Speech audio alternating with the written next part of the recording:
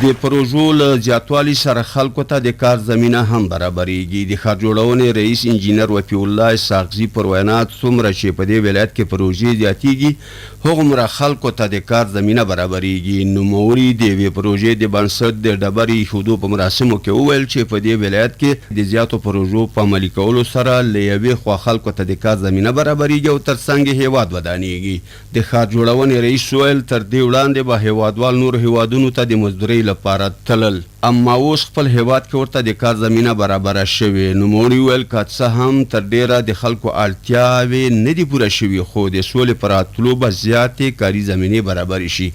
د ښار جوړونې رئیس ویل پخوا به ډېرې پروژې د ښاري نقشې مطابق نه ترسره کېدې خو ولې اوس بیا ټولې پروژې د ښاري نقشې مطابق او له پلان سره سمې ترسره کیږي چې په عملي کېدو یې ډېرې اسانتیاوې برابرېږي.